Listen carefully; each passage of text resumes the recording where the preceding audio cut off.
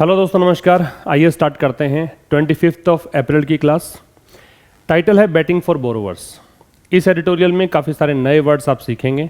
Pen notebook लेकर बैठिए, and तक सेशन को देखिए और इसका पीडीएफ आप प्राप्त कर सकते हैं टेलीग्राम चैनल से। लिंक आपको डिस्क्रिप्शन में दिया हुआ है।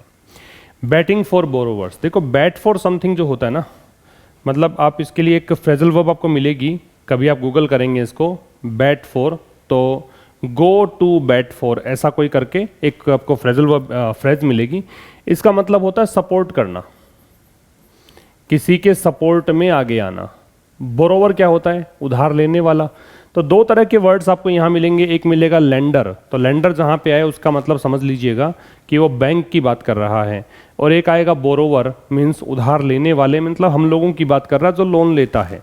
तो लेंडर है तो बैंक है, बोरोवर है तो हम लोग हैं जो ऋण लेते हैं। ठीक है, तो बैटिंग फॉर बोरोवर्स, यहाँ पे आरबीआई जो है वो हमारे सपोर्ट में आया है, बोरोवर्स के सपोर्ट में आया है, ऋण लेने वाले व्यक्ति के सपोर्ट में आया है। ठीक है, the reserve bank of India's recent draft circular. देखो ड्राफ्ट जहां लगता है, ड्राफ्ट क्या होता है? एक पीस ऑफ राइटिंग होती है, मतलब कुछ भी लिखा हुआ कोई एक, मान लीजिए लिखा हुआ कोई कंटेंट हो और उसमें कुछ बदलाव पॉसिबल हो, जो एक कह सकते हो कि जो एक फाइनल वर्जन नहीं हो। इसे आप प्रारूप कहते हैं, रूपरेखा बोलते हो, मसौदा बोलते हो, है ना।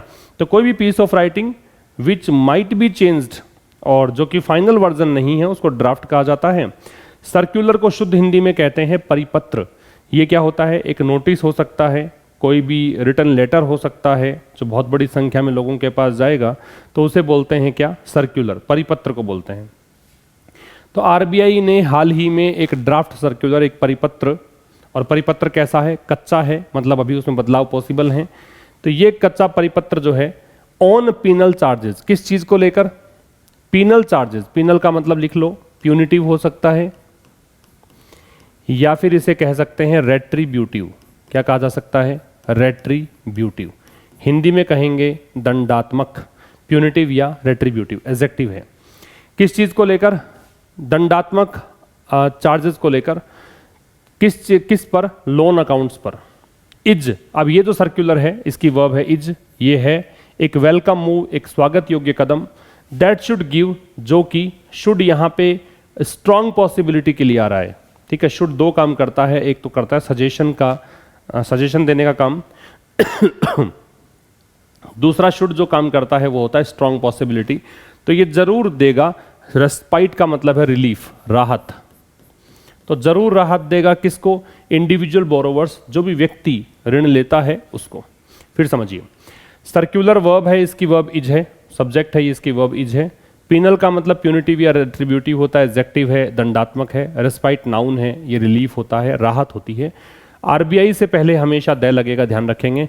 तो रिजर्व बैंक ऑफ इंडिया का एक सर्कुलर, और ये सर्कुलर कैसा है? कच्चा है।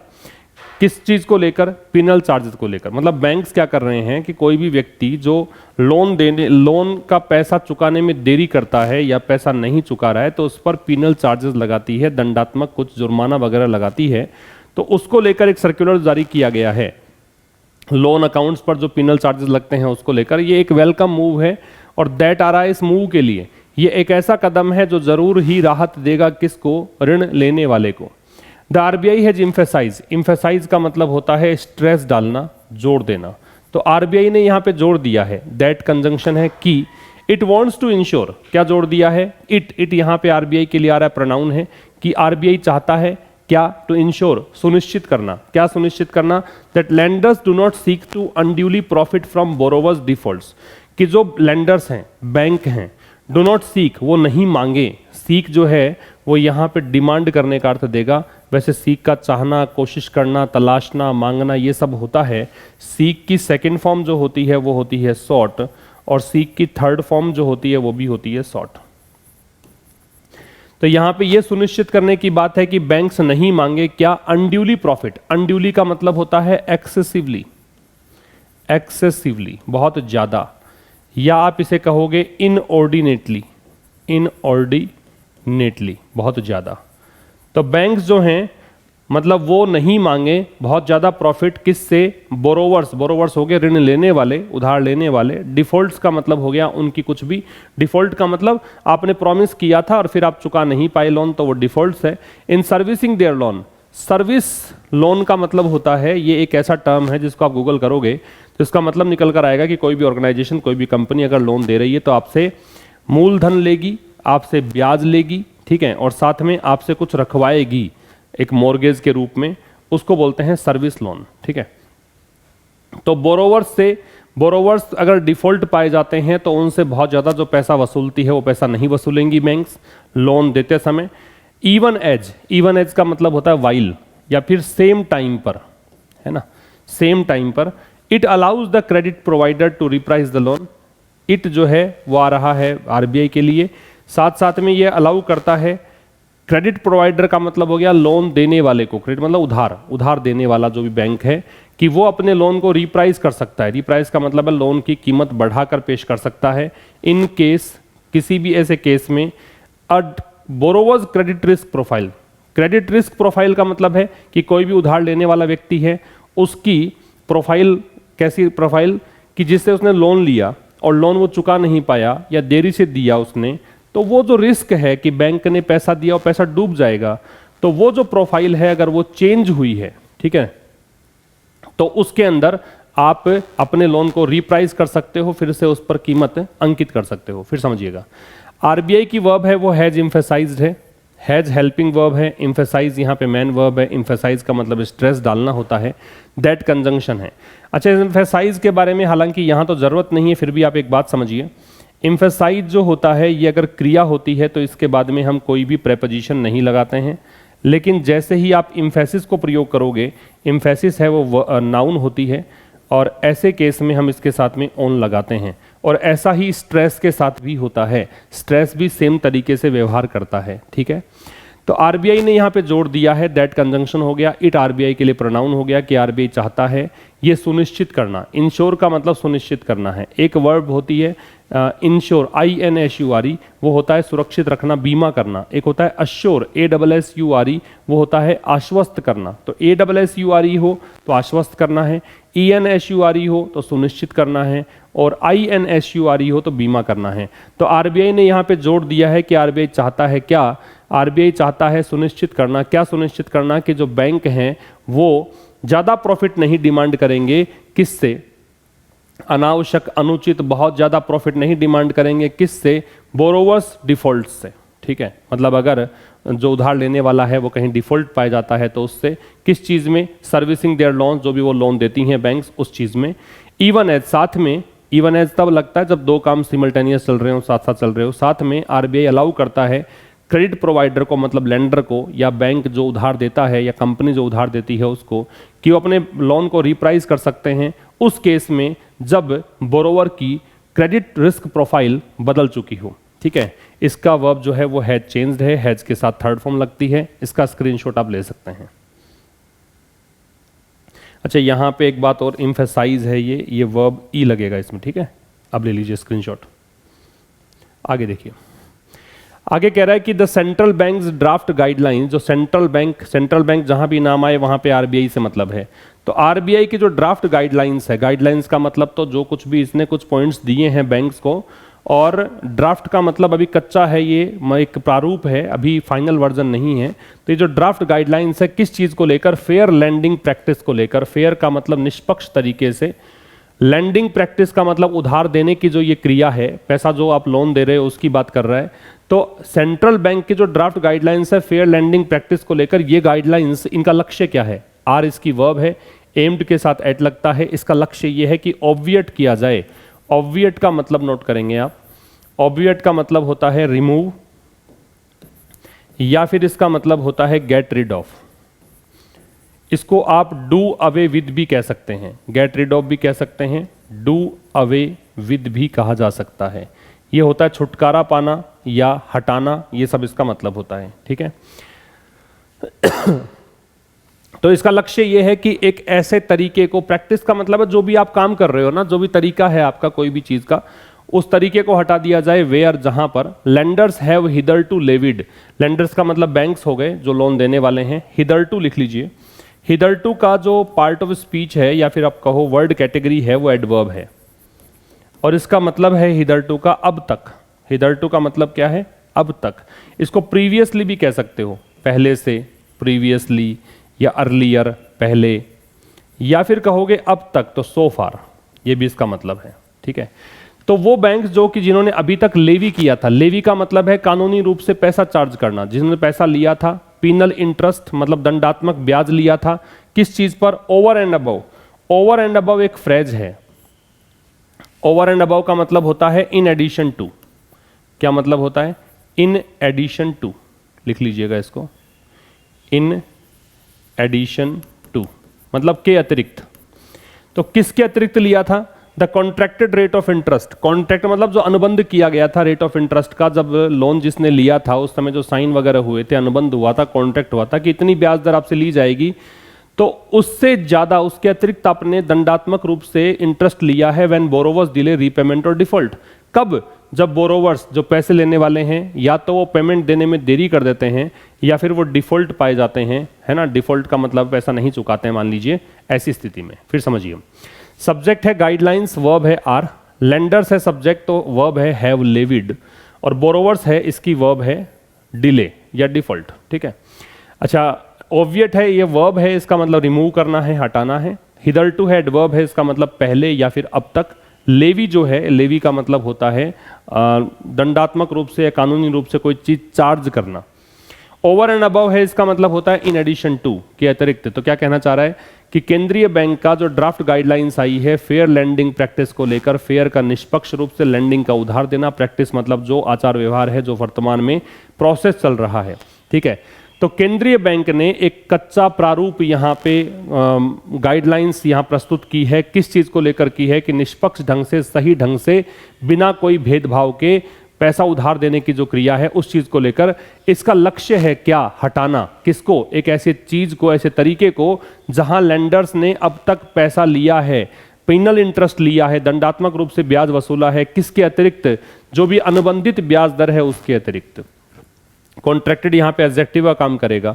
व्हेन, जब बोरोवर्स या तो रीपेमेंट को डिले कर देते हैं या डिफॉल्ट हो जाते हैं। इसका स्क्रीनशॉट आप ले सकते हैं। इससे आगे देखिए, आगे कह रहा है ऑब्जर्विंग दैट। ऑब्जर्व का मतलब होता है नोटिस करना, परसीव करना, है ना, मतलब ये चीज अनुभव करना, ये चीज देखना, उसको बोलते हैं observing.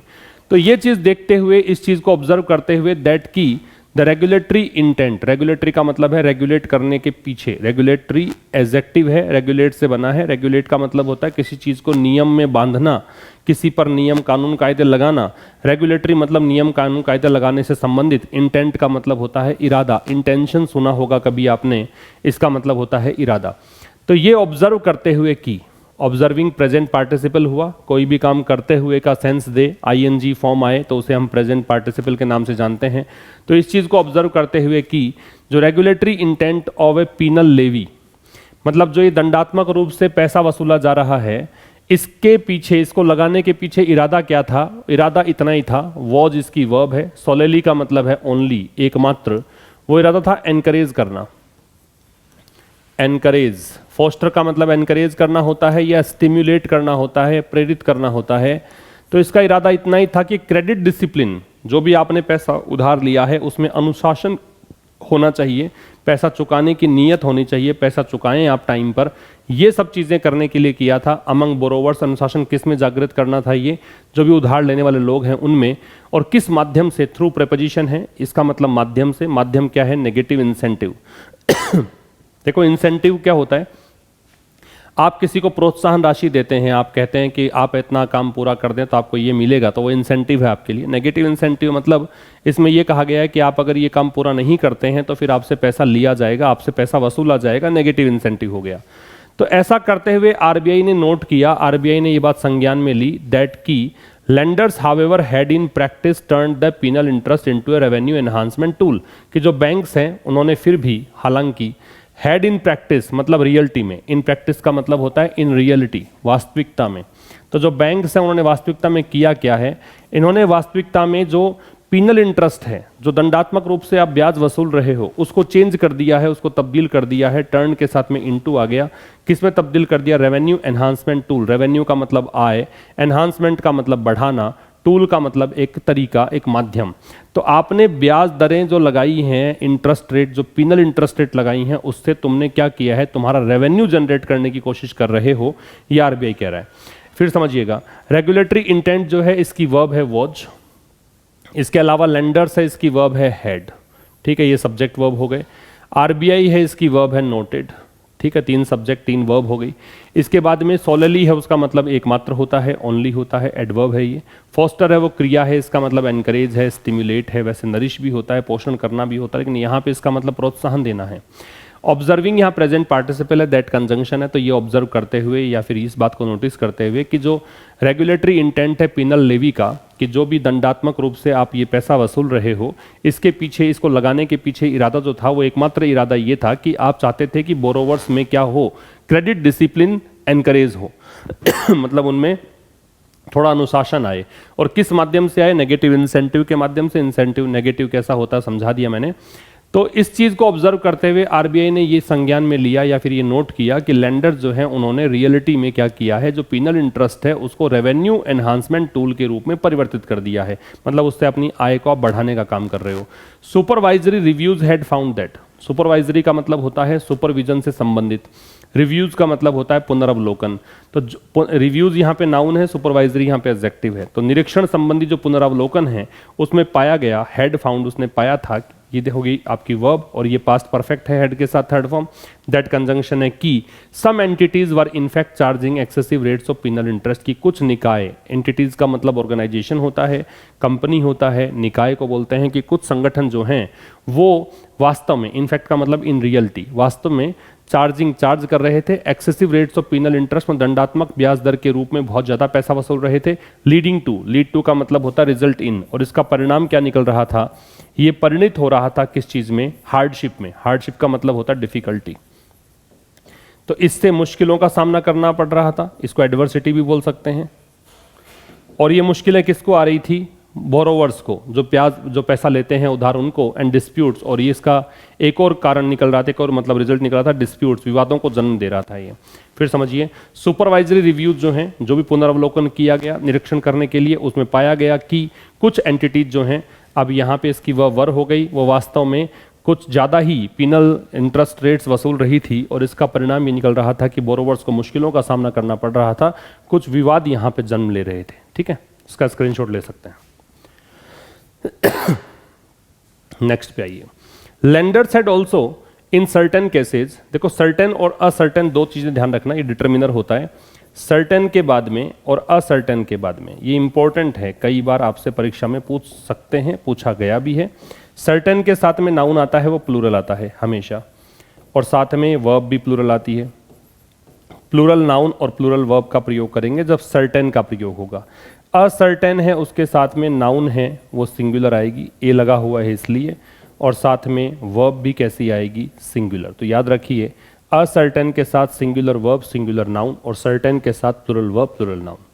Lenders had also in certain cases, तो कई केसेस के अंदर लेंडर्स जो हैं, जो बैंक हैं, उन्होंने क्या किया है, कैपिटलाइज किया है द पीनल इंटरेस्ट। कैपिटलाइज का मतलब देखो, एक कैपिटलाइज के साथ ऑन लगता है, उसका मतलब होता है मुनाफा कमाना, एडवांटेज लेना, लाभ उठाना।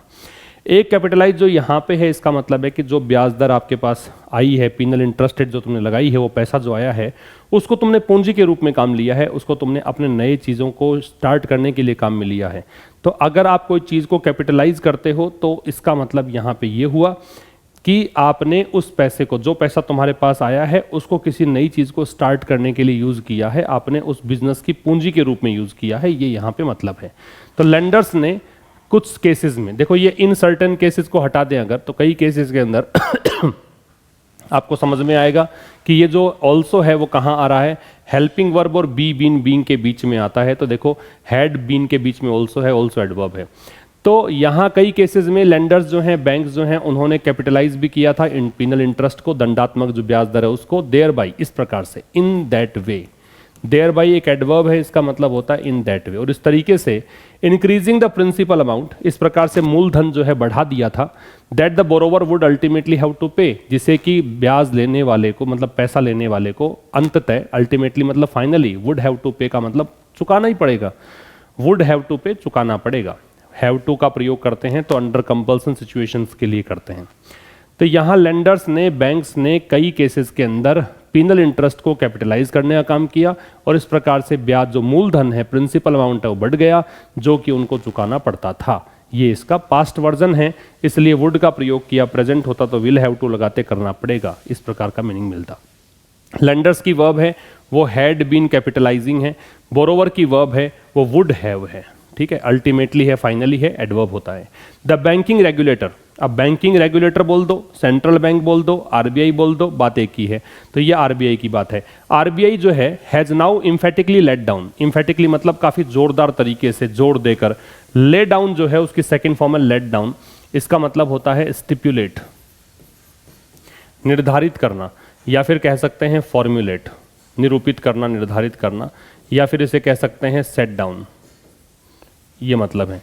तो आरबीआई ने बहुत जोर देकर अब निर्धारित किया है क्या, the penal charges should be recovered separately, कि जो दंडात्मक चार्जेस आप लेते हो उनको आप सेपरेटली वसूल करेंगे, and must not be added, और इन चार्जेस को नहीं जोड़ा जाना है, ना तो प्रिंसिपल आउटस्टैंडिंग में, जो मूलधन बकाया है, आउटस्टैंडिंग का मतलब है ड्यू, जो भी मूलधन बकाया है ना तो उसमें शामिल करोगे, और the rate of interest charge on the loan, या फिर जो ब्याज दर आप लेते हो लोन पर उसमें भी शामिल नहीं करोगे, ठीक है।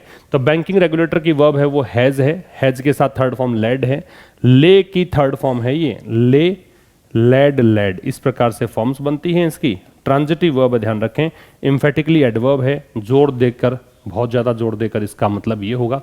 तो बैंक ने मतलब आरबीआई ने अब बहुत जोरदार तरीके से या काफ़ी जोर देकर इस बात को निरूपित किया है, इस बात को निर्धारित किया है कि पीनल चार्जेस, अब इसका पैसिव दे रखा है देखो, शुड बी रिकवर्ड।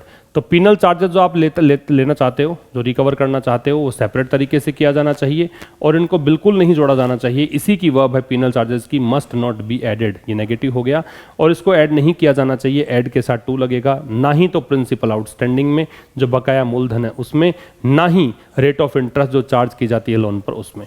इधर के साथ में हम और लगाते हैं तो और दे रखा है, ठीक है।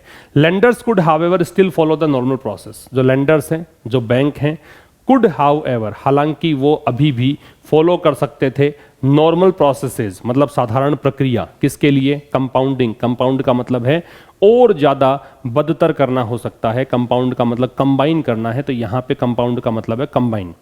तो लेंडर्स जो हैं वो हालांकि अभी भी फॉलो कर सकते हैं क्या, नॉर्मल प्रोसेसेस, सामान्य प्रक्रिया, किसके लिए, compounding the outstanding primary interest, जो प्राथमिक इंटरेस्ट उन्होंने तय किया था लोन देते समय, वो जो बकाया इंटरेस्ट था उसको कंपाउंड करने के लिए, उसको मतलब इंटरेस्ट पे इंटरेस्ट लगाने के लिए यूज कर सकते हैं। इट क्लैरिफाइड, इसने ये बात क्लैरिफाई की, स्पष्ट किया। भी आरबीआई ने ऐसा क्यों कहा कि ये उस इंटरेस्ट पे मत लगाना तुम, या फिर मूलधन में मत जोड़ना, अलग से ले लो, कारण कि इसको ऐसा लगता है आरबीआई को कि बैंक जो है वो हो सकता है चक्रवृद्धि ब्याज वसूलना शुरू कर दे, ब्याज पर ब्याज देना शुरू कर दे, ठीक है।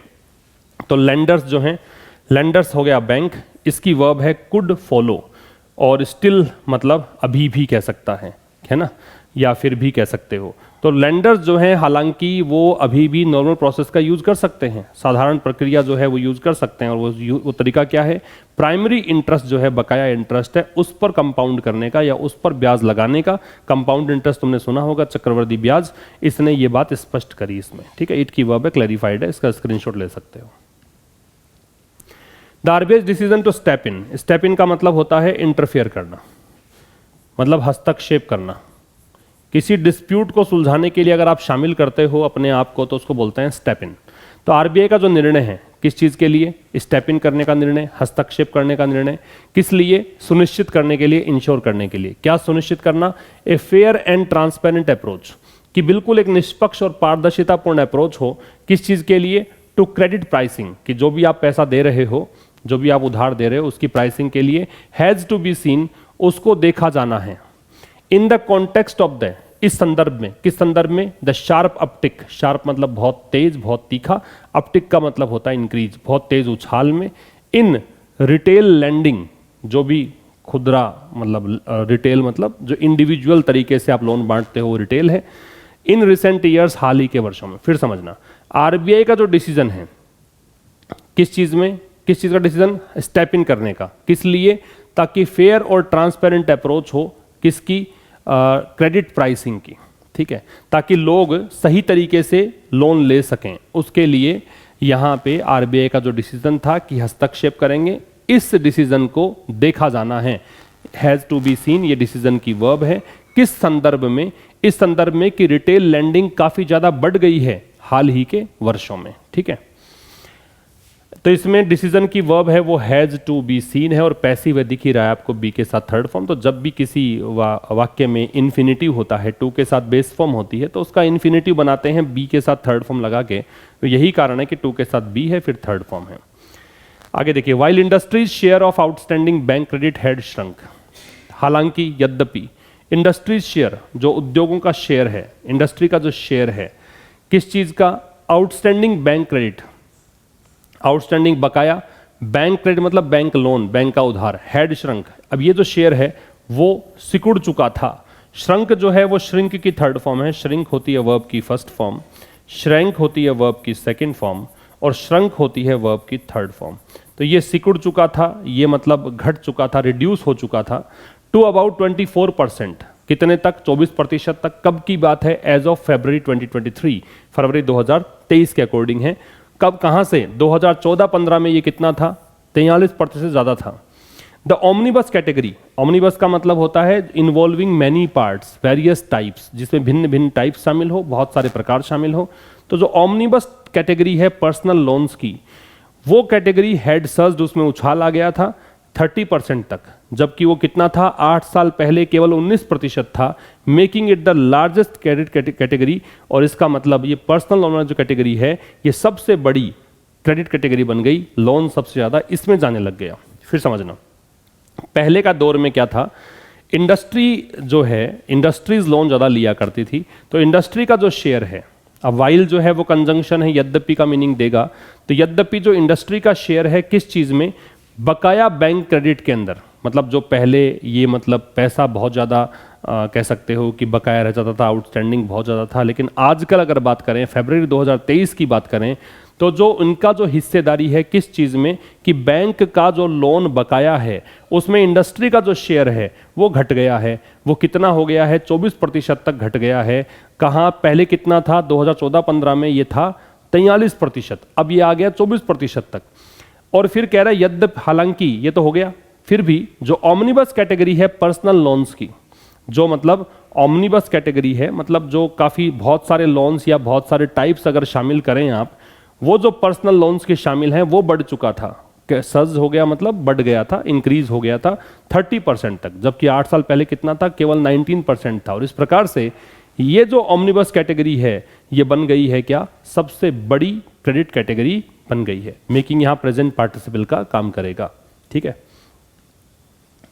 फिर देखिए, the central bank has made clear to lenders, तो सेंट्रल बैंक ने यह बात स्पष्ट कर दी है बैंक्स को, that while it gives them the freedom, कि यद्यपि, ये आ गया सेंट्रल बैंक के लिए इट, यद्यपि ये देता है देम, लैंडर्स के लिए आ रहा है उनको, फ्रीडम, आजादी, किस चीज की, to set the quantum of penal charges proportional, कि वो क्वांटम का मतलब होता है पार्ट या पोर्शन, कोई हिस्सा, कि हालांकि जो केंद्रीय बैंक है, आरबीआई है, वो बैंक्स को आज़ादी देता है किस चीज़ की, कि वो पीनल चार्जेस का एक हिस्सा सेट कर सकते हैं।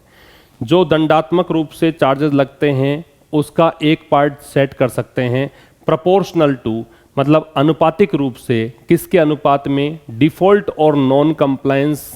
डिफॉल्ट मतलब जिस कद्र, जिस तरीके का, जिस साइज का डिफॉल्ट हुआ है, कितना बड़ा आपने मतलब डिफॉल्ट किया है। या नॉन कंप्लायंस का मतलब भी वही है, डिफॉल्ट किया आपने, जो शुरुआत में कमिट किया था कि हम आपकी बातों को मानेंगे, वो तुमने कंप्लाई नहीं किया। कंप्लाई क्या होता है, आज्ञा का पालन करना, तो उसके अनुरूप तुमने व्यवहार नहीं किया। With the terms of the loan contract, और ये नॉन कंप्लायंस किस संबंध में है, विद द टर्म्स, इन शर्तों के संबंध में जो लोन कॉन्ट्रैक्ट हुआ था, जो लोन का अनुबंध हुआ था, beyond a pre set threshold, किसके परे, प्री सेट मतलब पहले से तय, पहले से सेट किया हुआ, थ्रेशोल्ड का मतलब होता है लिमिट, एक सीमा।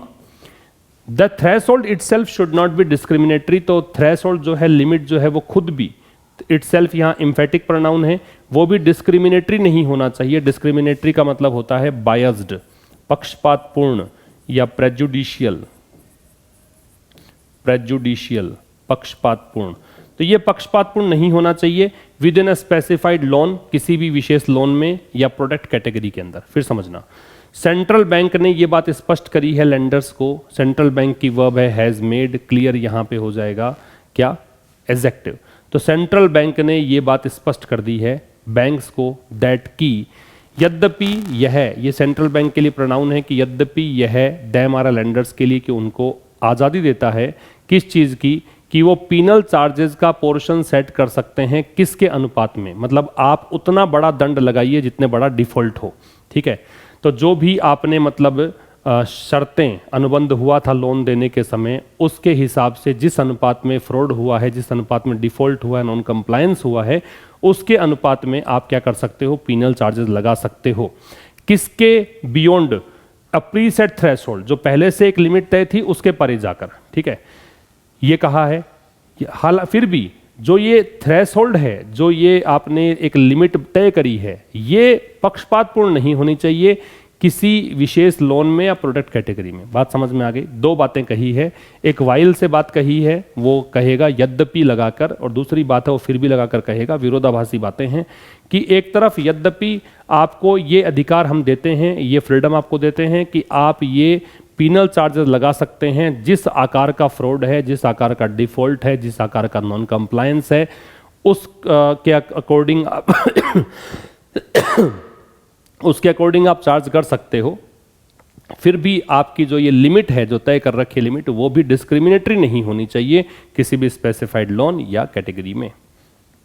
फिर देखिए, and the penal charges so levied, और जो पीनल चार्जेस हैं जो कि इस प्रकार से लेवी किए गए हैं, लेवी मतलब कानूनी रूप से चार्ज किए गए हैं ऑन इंडिविजुअल बोरोवर्स, किसी भी व्यक्ति विशेष जिसने लोन लिया है, ये penal charges can not be, वो नहीं हो सकते एट ए रेट, एक ऐसी दर पर जो रेट ज़्यादा हो किसकी तुलना में, similar charge applicable to corporate borrowers, कि वही चार्ज जो आप एप्लीकेबल है या लागू होता है कॉरपोरेट बोरो, मतलब इंडस्ट्री ने अगर लोन लिया, उस पर जो चार्जेस आप लगा रहे हो उससे ज़्यादा हायर चार्ज